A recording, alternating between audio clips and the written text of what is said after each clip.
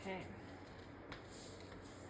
Hi there, my name is Jade Crystal and welcome to my channel. I am here doing a quick check-in for you today for the collective to just see what Kali Ma is coming to tell us and leave us with today.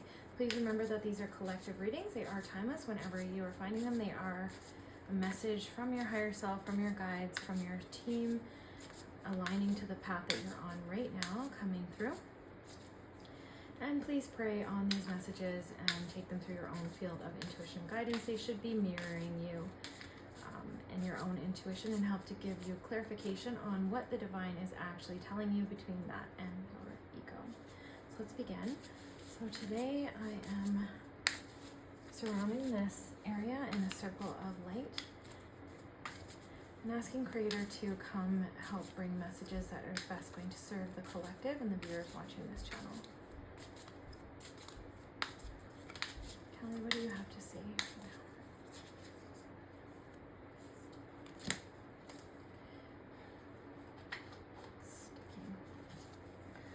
Sticking to my hand, so we have 5. Okay. So this is the first card.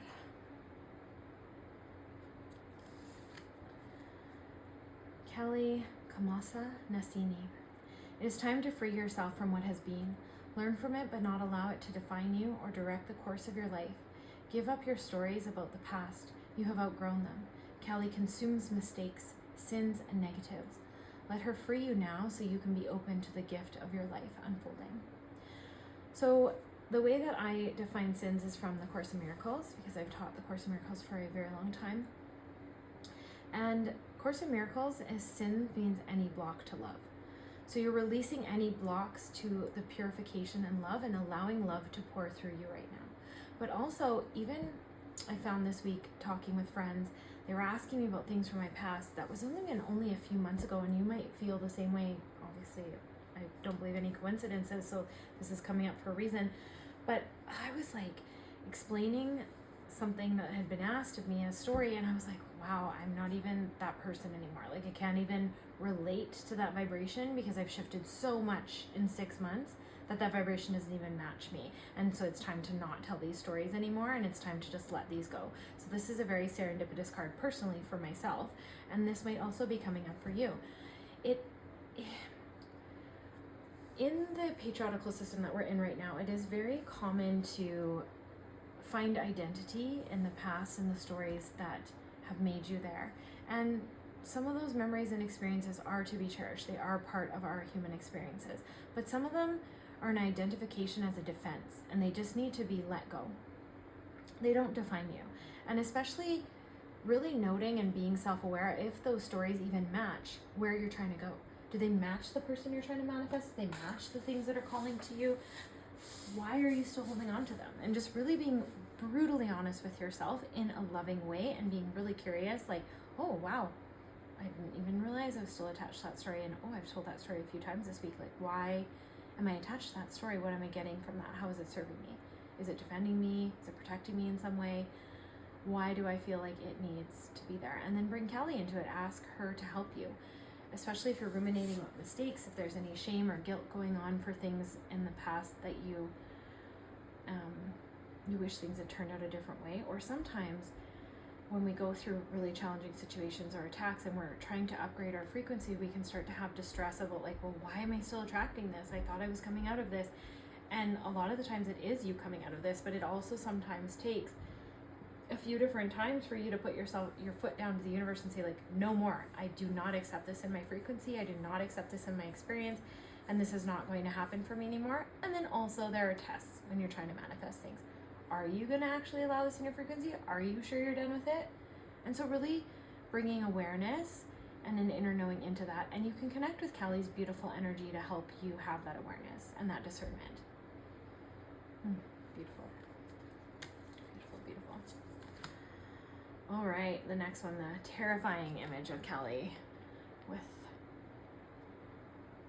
the overcoming of her own ego, the overcoming and the slaying of her own demons, and the fierce, brutal truth that she took to herself to overcome the worst aspects of herself to become the best aspects of herself and have those reign supreme. And it has all her tools, and her arms, so beautiful. Samashana Kelly. Life as you have known it will change radically, and this can be a welcome release. Kelly is not quiet and subdued in the cremation grounds. She is wild and vital. Kelly brings energy and aliveness to situations where there would otherwise be none. She brings an end to stagnation that has been depleting your life force. So things that you've been praying on, things that you've been asking for, things that have been challenging you, that you're struggling with, that you're like, why can't I let this go? Kelly's coming in, fierce as a whip, and she is taking them right up. It's going to be a radical change. Sometimes I used to fear working with Kelly. I used to fear it because it would just be such an upheaval. And then in the end, the upheaval was so beautiful and so needed and so necessary, but it actually used to cause me distress. But now I love working with her. I know it's going to happen so quickly. I know I'm just going to be so protected and fiercely loved through this, and what the outcome is going to be better than I even imagined, because she loves us so much and she sees the truth of our being and what's going to actually resonate to that when she brings in the swift changes. But right now, the collective I'm talking to as well, I don't feel like you're fearing these changes. I feel like you're in that energy with me right now where you just love working with Kelly. You want these changes to come. You've been asking them for a long time, and they're coming.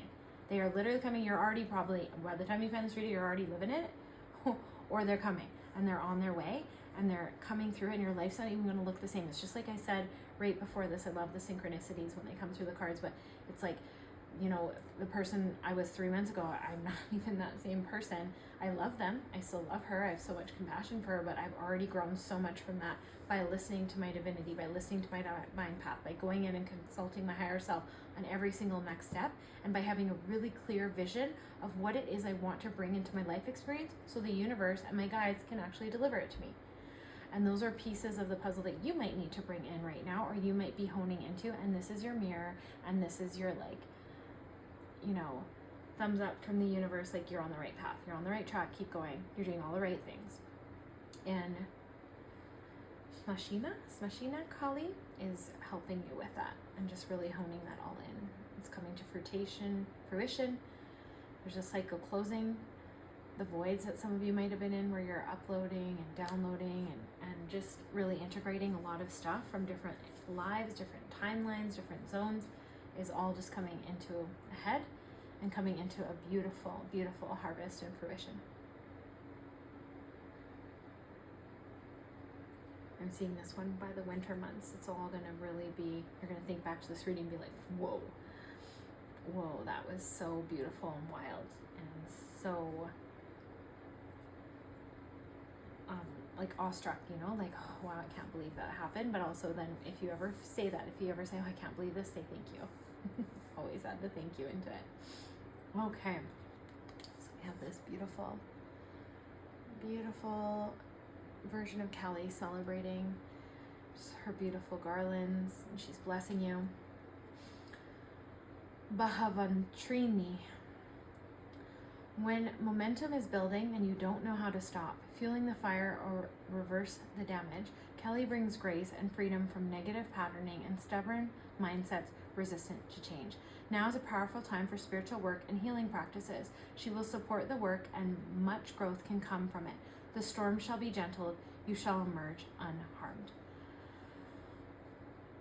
So sometimes we have a lot of change really quickly. There's like a little bit of like, I kind of joke about it being PTSD, but it's like PTSD where you're like, okay, but is it going to happen this time? Like, is that a manifestation thing? And well, these things happened before. Is that like something that's going to keep happening? Is that like part of my experience? Is there something I need to change? And sometimes you can kind of go into that kind of rumination, and some of it's self-assessment. So make sure you keep bringing it back to self-assessment, curiosity, and love. But also sometimes when we're being sped up into spiritual accelerations, what I'm seeing here is you can fuel things or panic or scare yourself or think the past is repeating itself instead of being open and seeing the new. And this is what Kelly is calming down for you. And if there's been any challenges or storms in your life right now, she is helping you integrate as much growth as possible from it, and the storms are being gentled so that you have that time to sit with yourself, to be curious, to be loving, to be really in a communing relationship with yourself, with Creator, with your higher self, with the Holy Spirit, and then your guides like Callie, to help integrate what is going to best serve you and why you're even going through that challenge. Because every single challenge and every single moment right now is preparing us to have a higher capacity to hold the next step. So whether you're calling in massive wealth or calling in a huge vision to build out retreats and to build out healing practices for people or to lead higher groups, all of this challenge that you're going through right now is the fires that are shaping you so that you are going to have the capacity to hold space for those experiences, especially if you're guiding others through those experiences. But even if it's just you, expanding your path, expanding your career, expanding your resources, all of that is going to be integrated in a really, really beautiful way as you stay in communion with your higher self and you have that clarified vision going forward. And then you're just really open to the challenges going through you in a really gracious way of gratitude, exploring what it is that you're learning from it and how it's increasing that capacity for you in your next steps. Beautiful. Let's put those out. Oh, I forgot what this is called. The two skulls with the crystal skull keeping comes to mind. So you might have had some lives in the past where you're a crystal skull keeper. You can look up some more stuff on that might speak to you. This is also mastery of death, the mastery of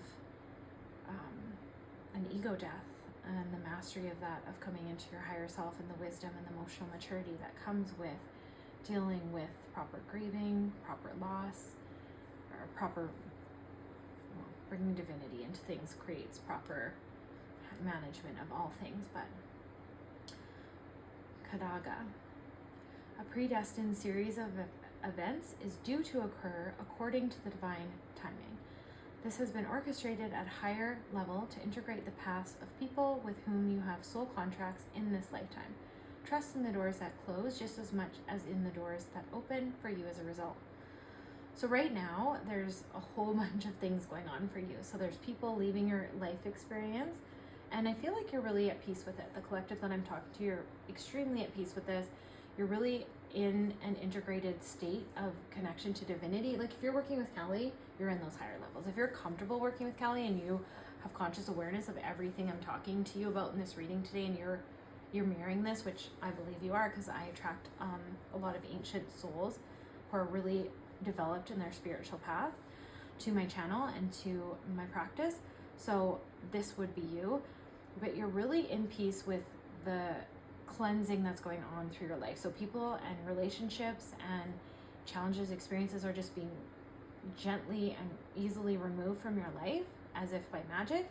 And then there's new people coming in that are just so much more in alignment with everything that you're wishing to build and who you know your expression to be at your truest form. And so really just staying in trust of this. I mean, there still can be some sadness, some grieving, some anxiety when relationships end and when relationships close. And there can also be, what's it called? What word am I looking for here? Distractions have been coming up a lot in the collective readings and my private sessions, but also just like tests and psychic attacks in a way, for lack of a better word. Like when your frequency is rising and your light is increasing and you're bringing more divinity into your experience, there are entities that seek to feed on that, to siphon from it. They seek to pull you back if they were already siphoning on you from another period of time. And so really understanding that some of the interrelationship challenges that you have are doors shutting, and there are those frequencies being removed from your life. So if you have like an upheaval with somebody, that's a frequency being removed from your life. And then again, you can compound it and empower that situation by saying like, I am no longer available for this experience. That's a very powerful statement to help you with the opening and shutting of doors and the opening of new opportunities that are coming into your experience, and really feeling into that. Is it a hell yes? Is it a hell yes? Is it like a yes with every fiber of my being? Because if it's not, then it's a no. And really just being so almost savage with that. Because even this, I wish I knew what the name of this tool is, but even this tool kind of reminds me of the Ankh of Life, which is the key of life. And it is the great severer. It also reminds me of a Biden. So it is the great severer of cords and things that are no longer serving you, right? The death of things no longer serving you. That's what's coming up for me with that card. So beautiful. The fires, strong, masculine present. Double masculine almost reminds me of Gemini, the twins. These are conjoined twins. So they're really in tune with themselves, their frequency, really powerful strength. And then this is Krishnada. You can have what you need and desire, but you must be prepared to enter into the sacred fire to make the appropriate offering. Shift from focusing on what isn't working to handing over all concerns as a prayer, offerings to the divine. All can be then resolved and shall manifest according to loving and generous grace. So actually what's come up for me, and I have one down here, is the Shri Yantra. So there's the Shri Yantra here, and then you have 1, 2, 3, 4, 5 points on one side, and that's Shiva. 1, 2, 3, 4 points on the other side, and that's Shakti, and that's divine feminine and divine masculine. And then the lotus petals on the outside here, they all represent different layers of your being and consciousness and aspects of that. And so what's coming up for me is using this in meditation and prayer. And I actually will, and anytime I'm worrying about anything, I can actually start oming and just focusing on this beautiful mandala, and it becomes an expression of living light. And I'm actually able to surrender over anything that I'm worried about, anything that I'm maybe doubting in myself, any negativity, and I surrender it over to the divine through this form. So this might be something calling to you, because I know that in a lot of my private practice readings and my collective, it's been calling for more sacred geometrical connection, and that is something from Hinduism, so it does connect to Krishna. This is Krishnahu. It's a different aspect of being, but it still relates back to Krishna. And then entering into the sacred fire and making the appropriate offering. So just offering up all that you can, that you are no longer, that you know is no longer serving you. Offering it into the sacred fires. The sacred fires are the alchemizing fires. And so that's the offering that you need to do. Offerings, I think, in ancient times were often really misunderstood. And there was a lot of connection to the earth ecosystem and DNA and blood. But we've actually, one of my favorite things about the modernization of this is we don't actually need to do all of that. You can offer food. You can offer food, and you can offer flowers, and you can offer beautiful things that connect you to nature as well. But I honestly believe the offering that they're speaking of right now is the alchemization. So what can you pull out of yourself that isn't serving you and offer that up into spirit, into divinity, for them to have a relationship and work with you. Your guides, your angels that Creator always sends, or just work directly with Creator, whatever you're most comfortable with. But this is a beautiful call of how protected and supported that you are, but just remembering that we have free will. So we do need to ask, and we do need to offer up the things that we want to, and allow those to be taken from us, and then allow the help to come in. And then this is just also a call to really be working with the element of fire. So you can work with physical fire if you feel comfortable with that, but you can also work with etheric fires in their different colors and their different forms, and really just understanding how colors heal you and using them in an etheric flame is also coming up from this as well. And you're trying to manifest so hard right now, this group of collective that I want, so make sure you're being very detached and surrendered in it, and then bringing up anything that needs to be resolved in that, any gaps that need to be crossed, any blocks that are happening, any kind of inklings you have about psychic attacks or corruptions or disruptions or things that are trying to distract you from these manifestations of purpose. Offer those up to Creator, offer those up to Divine, offer them up to Kali, and ask for protection, ask for help, guidance, love, and ask for mentorship, and then allow that to come in. So I'm just going to pull a few more moon cards that came right out. Let's see. Oh, this one. Anything else? Anything else coming up here? So trust the universe and first quarter moon in Aquarius, and then bring love into the situation. So new moon in Aquarius.